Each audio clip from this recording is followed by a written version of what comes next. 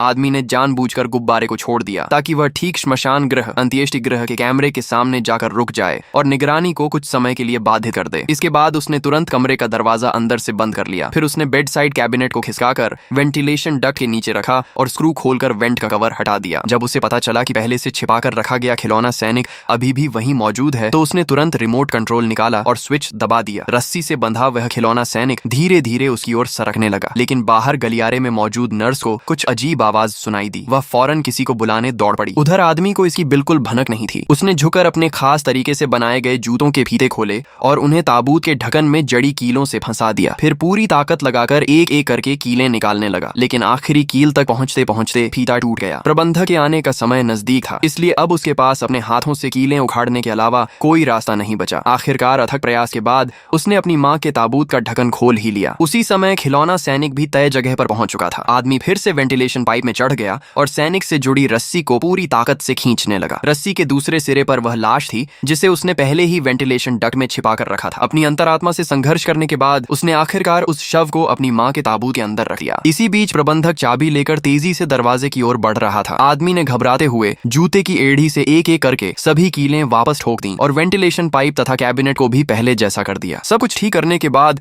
उसने जल्दी से अपना सूट पहना और प्रबंधक के दरवाजा खोलने से ठीक एक पल पहले ताला खोल दिया। फिर वह शांत भाव से ताबूत के सामने बैठ गया और प्रार्थना करने का नाटक करने लगा। लेकिन तभी अचानक ताबूत के अंदर से मोबाइल फोन की घंटी बजने लगी।